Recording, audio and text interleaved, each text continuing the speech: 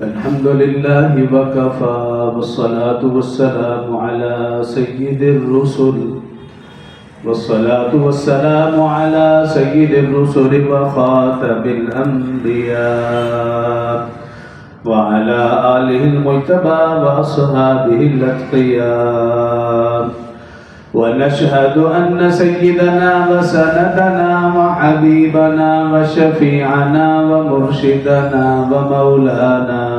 ومولانا محمدا عبده ورسوله صلى الله تعالى عليه وعلى آله وأصحابه وأحبابه وأزواجه وذرياته وأهل بيته أجمعين وسلم تسليما كثيرا أما بعد فأعوذ بالله من الشيطان الرجيم بسم الله الرحمن الرحيم سبحان الذي أسرى بعبده ليلا من المسجد الحرام إلى المسجد الأقصى الذي باركنا حوله لنريه من آياتنا إنه هو السميع البصير. قال النبي صلى الله عليه وسلم أوتيت ليلا من المعراج شيئا والصلوات الخمس وخواتيم سورة البقرة والشفاعة أو كما قال عليه الصلاة والسلام. صدق الله العظيم وصدق رسوله النبي الكريم ونحن على ذلك لمن الشاهدين والشاكرين والحمد لله رب العالمين. تمام احباب ایک مرتبہ نماز والا درود شریف آواز بلند پڑھ لیں. اللهم صل على محمد وعلى آل محمد كما صليت على إبراهيم وعلى آل إبراهيم إنك حميد مجيد. اللهم بارك على محمد وعلى آل محمد كما باركت على إبراهيم وعلى آل إبراهيم إنك حميد مجيد. رب اشرح لي صدري ويسر لي أمري واحلل عقدة من لساني يفقهوا قولي. رب زدني علما رب زدني علما رب زدني علما. میرے واجب احترام برادران اسلام، دوستوں، بزرگوں، بھائیوں، اسلامی مہینوں کے اعتبار سے یہ رجب المرجب کا مہینہ، اسی مہینے میں خلیفہ چہارم داماد رسول سیدنا علی المرتضیٰ رضی اللہ عنہ کی ولادت باسعادت، اسی مناسبت سے رجب کے پہلے دو جمعے ان کے فضائل مناقب بیان کیے، اور 22 رجب المرجب رسول اللہ صلی اللہ علیہ وسلم کے برادر نسبتی یعنی سالہ اور مسلمانوں کے خالو سیدنا امیر معاویہ رضی اللہ عنہ ان کا یوم وصال گزشتہ جمعہ ان کے فضائل اور مناقب بیان کیے. آج رجب کی 26 تاریخ ہے اور آج کی آنے والی رات 27 رجب المرجب کی رات ہے. ایک روایت کے مطابق اس رات اللہ تعالیٰ نے حضرت محمد مصطفیٰ صلی اللہ علیہ وسلم کو عظیم معراج والا معجزہ عطا فرمایا ہے. اس لیے آج کے مختصر سے خطبہ میں واقعہ معراج کے حوالے سے چند ضروری گزارشات آپ کے سامنے عرض کروں گا. برادران اسلام، معراج کی 4 قسمیں ہیں: ظاہری معراج، باطنی معراج، منامی معراج اور جسمانی معراج. ظاہری اور باطنی معراج میں فرق کیا ہے؟ منامی اور جسمانی معراج اس کے متعلق گمراہ کن لوگوں کا عقیدہ کیا ہے اور اہل سنت والجماعت کا عقیدہ کیا ہے اور اہل سنت والجماعت کے دلائل کیا ہے، یہ مختصر سی ضروری گزارشات آج کے جمعہ میں عرض کروں گا. برادران اسلام، اللہ رب العزت نے آقا صلی اللہ علیہ وسلم کو ظاہری معراج بھی عطا فرمائی. یہ اہل سنت والجماعت کا عقیدہ ہے. کہ اللہ رب العزت نے آقا صلی اللہ علیہ وسلم کو ظاہری معراج یعنی بلندی بھی عطا فرمائی، باطنی معراج بلندیاں بھی عطا فرمائی، منامی خواب میں بھی اللہ نے آقا صلی اللہ علیہ وسلم کو بلندیاں عطا فرمائی، جسمانی طور پر بھی اللہ نے آقا صلی اللہ علیہ وسلم کو معراج یعنی بلندیاں عطا فرمائی۔ اب ظاہری اور باطنی معراج میں فرق کیا ہے؟ اس کو ایک مثال سے سمجھاؤں گا، آپ آسانی سے سمجھ جائیں گے۔ ظاہری معراج یہ کہ آپ بھی مسجد میں بیٹھے ہیں، میں بھی مسجد میں بیٹھا ہوں، لیکن آپ کے بیٹھنے اور میرے بیٹھنے میں فرق ہے۔ آپ تھوڑا سا نیچے بیٹھے، میں تھوڑا سا بلند ہوں، یہ ہے ظاہری معراج۔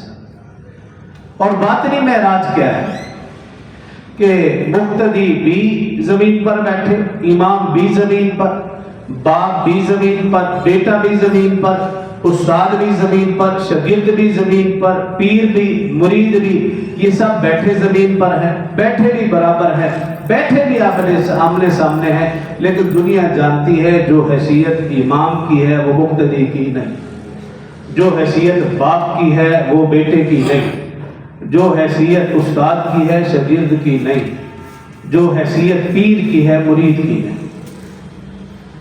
یہ ہے ظاہری اور باطنی فرق۔ مثال میں آپ یوں سمجھ لیا، اب آقا صلی اللہ علیہ وسلم کو اللہ نے ظاہری معراج بھی عطا فرمائی، باطنی بھی۔ وہ کیسے؟ پہلے باطنی سمجھیے۔ آقا صلی اللہ علیہ وسلم مسجد حرام میں، صحابہ بھی مسجد حرام میں، آقا صلی اللہ علیہ وسلم مسجد نبوی میں، صحابہ بھی مسجد نبوی میں، آقا صلی اللہ علیہ وسلم سفر میں، صحابہ بھی سفر میں، آقا صلی اللہ علیہ وسلم حضر میں، آقا صلی اللہ علیہ وسلم جنگ میں، صحابہ بھی حضر میں، جنگ میں، یعنی مسجد میں ہو، سفر ہو، حضر ہو، آقا صلی اللہ علیہ وسلم اور صحابہ اکرام اکٹھے بیٹھے ہیں، آمنے سامنے بیٹھے ہیں۔ لیکن یہ دنیا جانتی ہے جو مقام مصطفیٰ کا ہے وہ صحابہ کا نہیں، جو مقام مصطفیٰ کا ہے وہ کائنات میں اللہ کے بعد کسی کو بھی عطا نہیں ہوا۔ یہ ہے ظاہری اور باطنی معراج میں فرق، دنیاوی مثال سے۔ اب ذرا دیکھ لیجئے باطنی معراج میں فرق، حضرت آدم تا عیسیٰ۔ اب باطنی معراج میں فرق کہ آپ زمین پر، میں تھوڑا سا بولا تھا۔ اب آقا صلی اللہ علیہ وسلم کا معراج میں باطنی فرق کیا کہ آدم تا عیسیٰ سارے انبیاء کرام زمین پر بیٹھے ہیں اور آقا صلی اللہ علیہ وسلم عرش بری پر پہنچے، یہ فرق ہے۔ اور پھر سارے انبیاء کو معراج ہوئی۔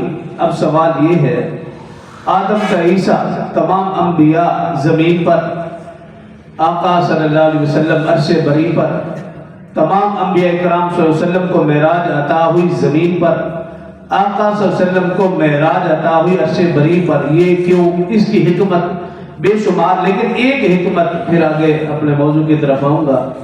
ایک حکمت یہ لکھی ہے کہ جہاں جس کی حکومت ہو وہاں کی اس کو سیر کرائی جاتی ہے، وہ اپنی حکومت میں معائنہ کرتا ہے۔ دنیاوی مثال سے یوں سمجھ لیجئے، اے سی صاحب اپنی تحصیل کا معائنہ کرتے ہیں، ڈی سی صاحب اپنے ضلع کا معائنہ کرتے ہیں، کمشنر صاحب اپنے ڈویژن کا معائنہ کرتے ہیں، گورنر صاحب اپنے صوبے کو دیکھتے ہیں، صدر مملکت اپنی مملکت کو دیکھتے ہیں۔ جہاں جس کی حکومت وہاں کی اس کو سیر کرائی جاتی ہے، وہاں کا معائنہ کرایا جاتا ہے۔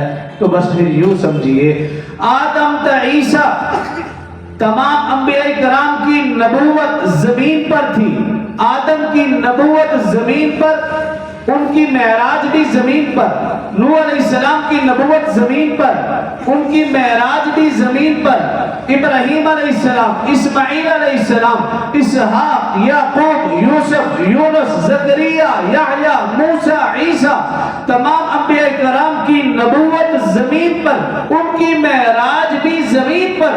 قربان جائیں حضرت محمد مصطفیٰ صلی اللہ علیہ وسلم پر کہ آپ کی نبوت زمین پر بھی، آپ کی نبوت فرش پر بھی، آپ کی نبوت عرش پر بھی، آپ کی نبوت آسمانوں پر بھی۔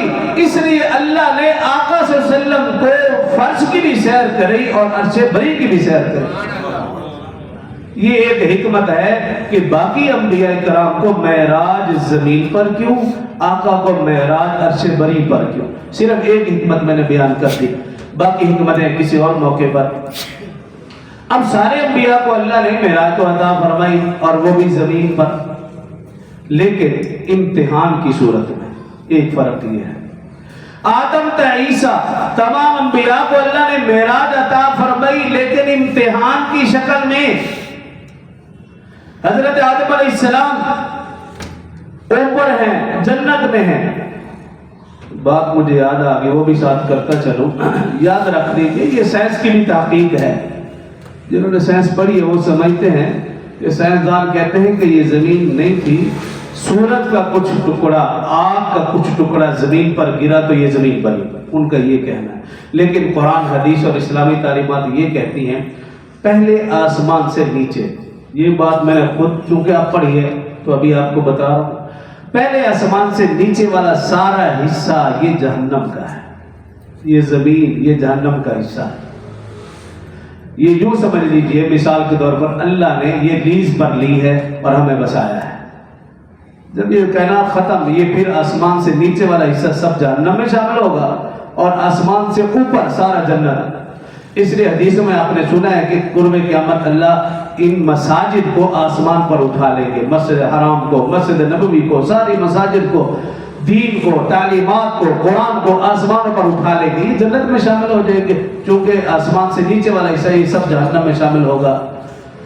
تو خیر آدم علیہ السلام، میں عرض یہ کر رہا ہوں آدم تا عیسیٰ تمام انبیاء کرام کو معراج عطا ہوئی بصورت امتحان۔ آدم آسمانوں پر جنت میں ہیں، وہاں سے نیچے تشریف لائے، 40 سال تک ربنا ظلمنا انفسنا وان لم تغفر لنا وترحمنا لنکونن من الخاسرین پڑھتے رہے۔ اے اللہ ہم نے اپنی جانوں پر ظلم کیا، اگر تو ہمیں معاف نہیں فرمائے گا ہم خسارہ پانے والے میں سے ہوں گے۔ آدم اور حضرت حوا میدان عرفات میں پہنچے، اللہ نے معراج عطا فرمائی لیکن امتحان کی شکل میں۔ حضرت نوح علیہ السلام کشتی میں سوار ہیں، اللہ نے معراج عطا فرمائی لیکن امتحان کی شکل میں۔ ابراہیم علیہ السلام آتش نمرود میں ہیں، اللہ نے معراج عطا فرمائی لیکن امتحان کی شکل میں۔ حضرت اسماعیل چھری کے نیچے ذبح ہو رہے ہیں، اللہ نے معراج عطا فرمائی لیکن امتحان کی شکل میں۔ حضرت یعقوب گریہ و زاری کر رہے ہیں، اللہ نے معراج عطا فرمائی لیکن امتحان کی شکل میں۔ حضرت یوسف اندھیرے کنویں میں ہیں، اللہ نے وہاں سے اٹھایا، تخت پہ بٹھایا، معراج عطا فرمائی لیکن امتحان کی شکل میں۔ حضرت زکریا کو آرے کے نیچے رکھ کر چیر دیا گیا، اللہ نے معراج عطا فرمائی امتحان کی شکل میں۔ حضرت یحییٰ جامع شہادت نوش کر کے اللہ نے معراج عطا فرمائی لیکن امتحان کی شکل میں۔ حضرت موسیٰ کوہ طور پر ہیں، اللہ نے معراج عطا فرمائی لیکن امتحان کی شکل میں۔ حضرت عیسیٰ ان کو تختہ دار پر لے جانے کی کوشش کی جا رہی، اللہ نے زندہ آسمانوں پر اٹھایا، معراج عطا فرمائی لیکن امتحان کی شکل میں۔ مگر قربان جائے آمنہ کے لال، آمنہ کے در یتیم، فخر الرسل، خاتم الرسل، خاتم النبیین حضرت محمد مصطفیٰ صلی اللہ علیہ وسلم، اللہ نے انہیں معراج عطا فرمائی بطور انعام کی شکل میں۔ یہ فرق ہے دیگر انبیاء اور آقا صلی اللہ علیہ وسلم کی معراج میں۔ تو اب تک جو آپ بات سمجھے کہ ظاہری معراج میں بھی آقا صلی اللہ علیہ وسلم سب سے آگے، باطنی معراج میں بھی آقا صلی اللہ علیہ وسلم سب سے آگے۔ دیگر انبیاء کرام علیہ السلام کو زمین پر معراج عطا ہوئی، کیوں؟ ان کی نبوت زمین پر تھی۔ آقا صلی اللہ علیہ وسلم کو عرش بری پر معراج عطا ہوئی، کیوں؟ ان کی حکومت فرش پر بھی، ان کی نبوت فرش پر بھی، ان کی نبوت عرش پر بھی تھی۔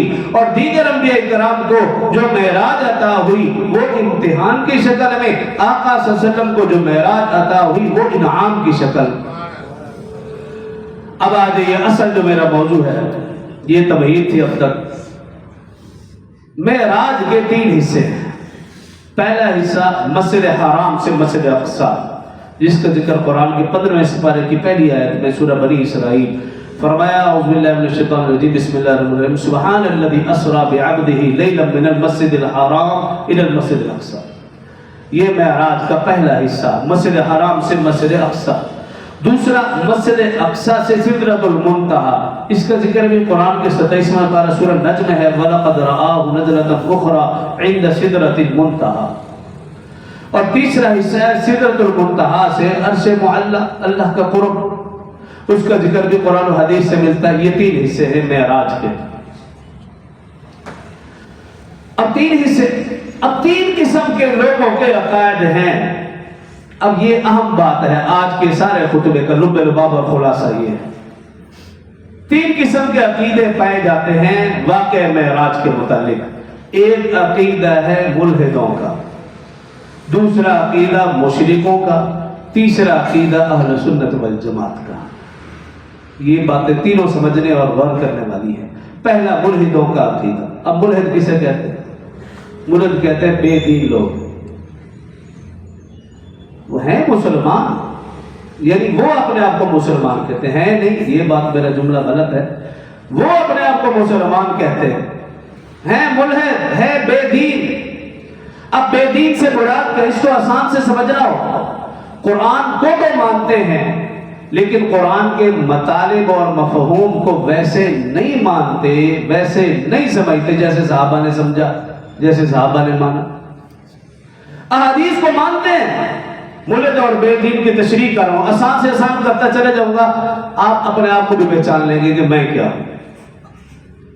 احادیث کو تو مانتے ہیں لیکن احادیث کے مطالب اور مفاہیم کو ویسے نہیں مانتے، ویسے نہیں سمجھتے جیسے صحابہ نے احادیث کے مطالب اور مفاہیم کو مانا اور سمجھا. ملحد اور بے دین سے مراد وہ لوگ جو صحابہ کو مانتے ہیں لیکن صحابہ کی نہیں مانتے.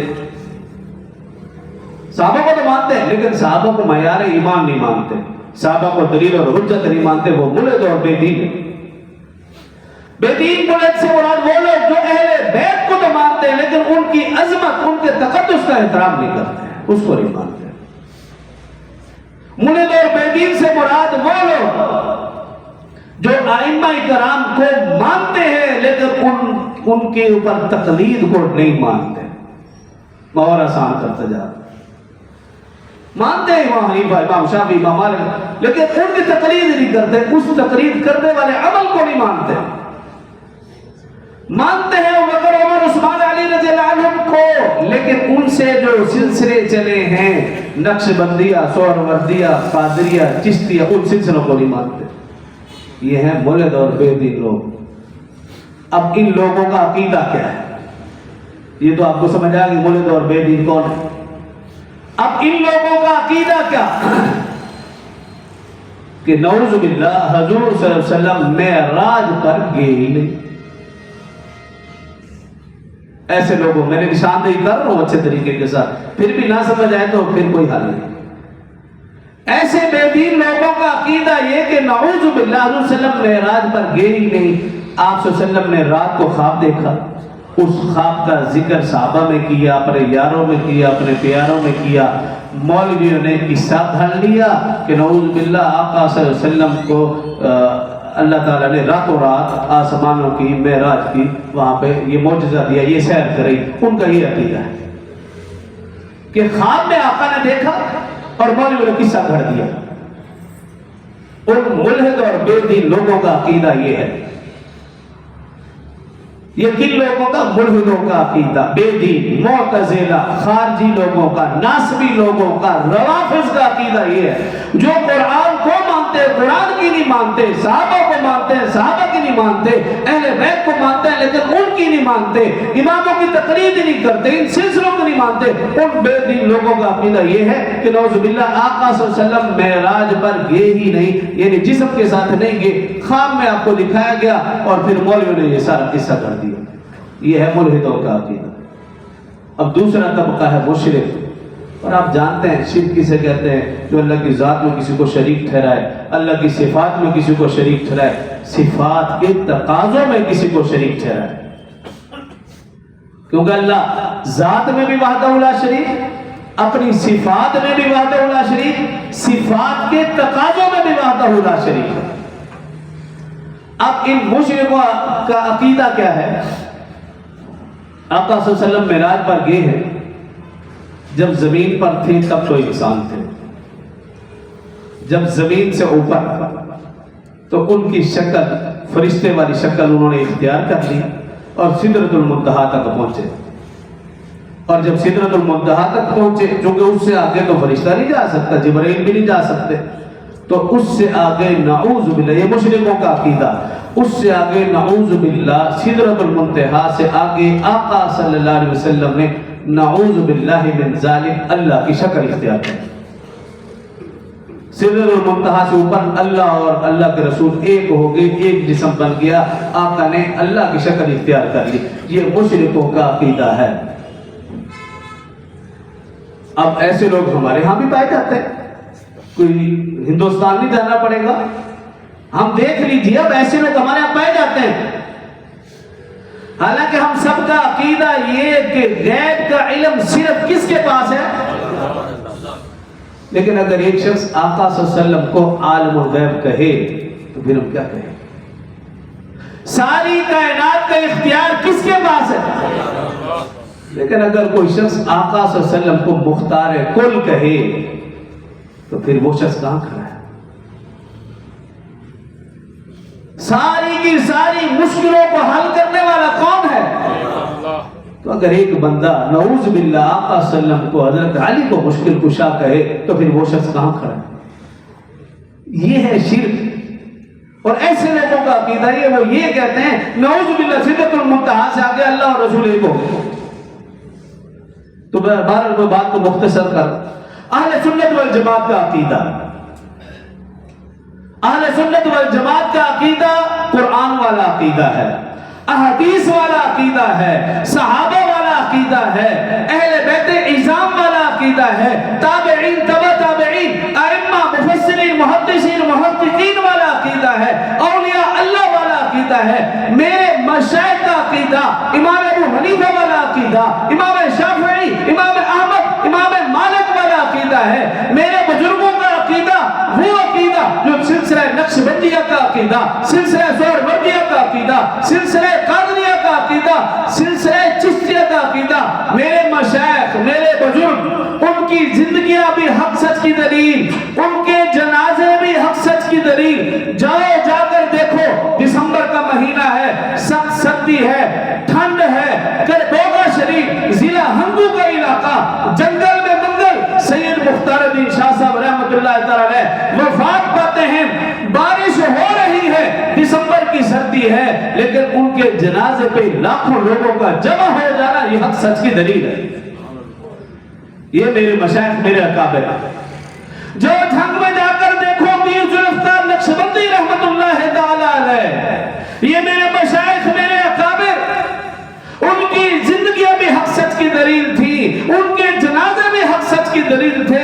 دسمبر کا مہینہ سردی کا موسم ہے، لیکن لاکھوں لوگوں کا جنازہ میں جمع ہو جانا یہ حق سچ کی دلیل ہے۔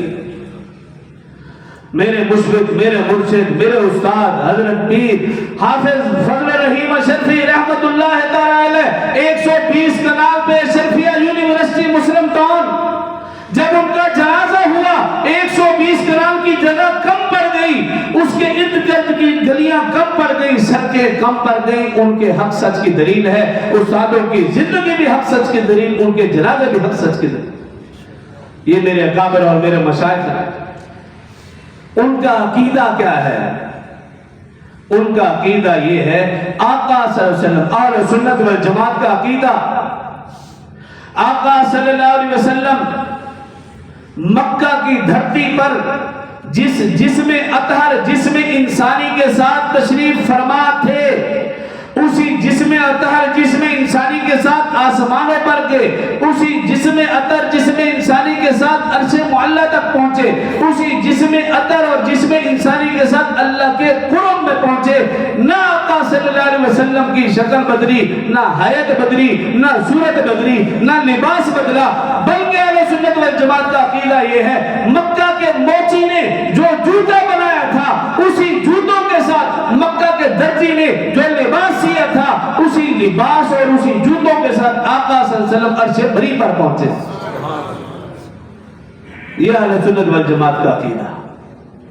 اب بعض بدبخت ایسے بھی پائے جاتے ہیں ان کا یہ کہنا ہے کہ ہم میں سے مسلمانوں میں سے کہ آقا صلی اللہ علیہ وسلم جب آسمان کی طرف جانے لگے تو ان کو نور کی پگڑی پہنا دی گئی، نور کا لباس پہنا دیا گیا. ایسے بھی لوگوں کا عقیدہ ہے. بھئی اگر نور کی پگڑی نور کے لباس کے ساتھ جانا کمال ہے تو پھر بتائیے آقا صلی اللہ علیہ وسلم کا اپنا کمال کیا ہوا؟ پھر تو نبوت کا کوئی کمال نہیں، وہ تو نور کی پگڑی کا کمال ہے، وہ تو نوری لباس کا کمال ہے. اگر یہی کمال ہے تو پھر اس کا مطلب جبرائیل تو پھر روزانہ ہی معراج پر آتے جاتے ہیں، کیونکہ جبرائیل تو روز آتے جاتے ہیں، وہ نوری ہے اور فرشتہ ہے، وہ روز آسمانوں پہ آتا جاتا ہے. تو کبھی کسی نے کہا ہے کہ جبرائیل کو معراج ہوئی؟ تو آقا صلی اللہ علیہ وسلم کو اگر ہم فرشتوں کی شکل دیں گے یا فرشتوں والا لباس کہیں گے یا نوری پگڑی نوری لباس کہیں گے تو پھر آقا صلی اللہ علیہ وسلم کا کوئی کمال نہیں. ہو تو پھر فرشتہ بن کے فرشتہ روز آتے جاتے ہیں، ان کو روزانہ معراج ہوتی ہے. بات کیا ہے؟ ہماری دلیل کیا ہے؟ آخری بات کی طرف آ رہا ہوں. ملحدوں کا اپنا جو ہے ٹھیک ہے، مشرک جو ہیں وہ اپنی جگہ، ہم کسی کو کچھ نہیں کہتے ہیں، اپنے لگے رہیں جو مرضی کرتے رہیں، ہمیں ان سے کوئی پرواہ نہیں. لیکن ہمارا کام ہے آپ کو بتا دینا کہ ایسے ملحدوں سے آپ بچیں. ان کی آپ نے آسان سی تعریف اور پہچان دیکھنی ہو تو جاوید غامدی کا دیکھ لو جو پاکستان میں موجود ہے، مرزا انجینئر کو دیکھ لو جو پاکستان میں موجود ہے. یہ ایسے لوگوں کی شکلیں ہیں، یہ پہچان کے طور پر میں بتا رہا ہوں. انڈیا میں دیکھ لو جاوید اختر ہے، جس کو دیوبند کے ایک نوجوان عالم دین نے اس کو بچھاڑ کے رکھ دیا، لاجواب کر دیا، پوری دنیا نے دیکھا. آپ ایسے ملحدوں سے بچیں، ان کے عقیدوں سے بچیں. ان کی باتیں بظاہر اچھی اور میٹھی لگتی ہیں لیکن حقیقت میں وہ زہر ہے. مجھے آج بھی یاد ہے وہ بات، کہتے ہیں جاوید غامدی مردود خبیث ملعون، پنجاب یونیورسٹی اس کا لیکچر رکھا گیا. اس خبیث نے کیا کہا کہ میں نے سب سے بات نہیں کرنی، مجھے صرف 40 بچے چاہیے جو اس یونیورسٹی کی کریم ہیں، ٹاپر ہیں. پوری یونیورسٹی نے وہ بچے ڈھونڈے، 40 بچوں کو ایک حال میں بٹھا دیا. اب اس بدبخت کا طریقہ واردات دیکھنا. جاوید غامدی پاکستان میں اس کو بڑا سنا جاتا ہے، بڑا نام ہے، مرزا انجینئر جاوید غامدی، جاوید اختر، یہ سب ایک ہی کمپنی ہے. اب اس خبیث نے کیا کیا؟ 40 بچے بیٹھ گئے، پہلے بچے کو بلایا اور کہا بھی دیکھو میں جو تمہیں بات کر رہا ہوں وہ بات تم نے اگلے بچے کو کہنی ہے، لیکن اس بات کو ہم لکھ لیتے ہیں. اس بات کو لکھ لیا گیا جو اس نے پہلے بچے کو بات بتائی. کہا بھی دیکھو میں آپ کو یہی بات کروں. اس نے کہا میں نے یہی لکھی. اس نے کہا اب جاؤ دوسرے بچے کو بتاؤ. دوسرے نے، تیسرے، چوتھے، 40 بچے تک یہ بات پہنچی. تو 40ویں بچے کو اس خبیث نے بلایا، کہا کہ بھی جو بات آپ تک پہنچی ہے وہ آپ وائٹ بورڈ پہ لکھ لو. اس بچے نے وہ بات لکھی. اب پہلے بچے کو بلایا اور کہا بھی جو بات میں نے آپ سے کہی تھی، جو ہم نے کاغذ پہ لکھی ہوئی ہے، اب اس بات کو بھی وائٹ بورڈ پہ لکھ لو. اب جب دونوں باتیں لکھی گئی تو دونوں تو مختلف تھی باتیں. پہلی بات کچھ اور تھی، 40 بچے تک پہنچتے پہنچتے وہ بات کوئی اور شکل اختیار کر گئی. اب وہ خبیث کیا کہنے لگا؟ ایسے لوگ ہمارے معاشرے میں پائے جاتے ہیں. اب اس بدبخت کا طریقہ واردات دیکھیے، کہنے لگا بھی دیکھو بچوں، وہ بات جو ابھی میں نے کہی پہلے بچے سے 40 بچے تک چند لمحے میں وہ بات بدل گئی، ایک دوسرے سے مختلف ہو گئی. بتاؤ 100 سال بعد نعوذ باللہ حدیث کیسے محفوظ رہے گی؟ اب مجھے بتاؤ ان 40 بچوں کا ایمان باقی بچا؟ ایک لمحے میں وہ 40 بچے کافر ہو گئے، کیونکہ حدیث کا منکر تو کافر ہے. تو یہ اس طرح کے لوگ ہیں. میں اشارہ دے رہا ہوں ایسے خبیث مردودوں سے آپ بچیں. قرآن کہہ رہا ہے سبحان الذی اسری بعبدہ لیلا من سبحان. اللہ کہہ رہے ہیں ہر کمزوری سے پاک ہے، عیب نہیں، ہر کمزوری سے پاک ہے. الذی جس نے اسرا سیر کری. اب مجھے بتاؤ ملک کا یہ کہنا ہے کہ آقا صلی اللہ علیہ وسلم وہ عقل سے سوچتے ہیں آقا رات کو کیسے جا سکتے ہیں، لیکن ہمارا کہنا یہ ہے کہ وہ اللہ جس نے ایک گندے قطرے سے تجھے اتنا بڑا انسان بنایا، وہ اللہ جس نے آدم کو جنت سے زمین پر بھیجا، وہ اللہ جس نے عیسیٰ کو زمین سے آسمانوں پر اٹھایا، وہ اللہ آقا صلی اللہ علیہ وسلم کو آسمانوں پر لے جا بھی سکتا ہے، اس کے لیے کوئی مشکل نہیں. اچھا پھر معاملہ یہ ہے کہ اللہ کیا کرے؟ سبحان الذی اگر بات ہوتی آقا صلی اللہ علیہ وسلم کی تو چلو شاید اعتراض بنتا، آقا کیسے گئے؟ اب معاملہ آقا کا نہیں ہے، معاملہ تو اللہ کا ہے۔ اللہ کہہ رہے ہیں سبحان الذی اسرا، پاک ہے ہر کمزوری سے وہ اللہ جس نے اپنے بندے کو راتوں رات سیر کری۔ تو لے جانے والا کون ہے؟ اب اگر کوئی بدبخت واقع معراج پر اعتراض کرے گا تو وہ کس پر اعتراض ہوگا؟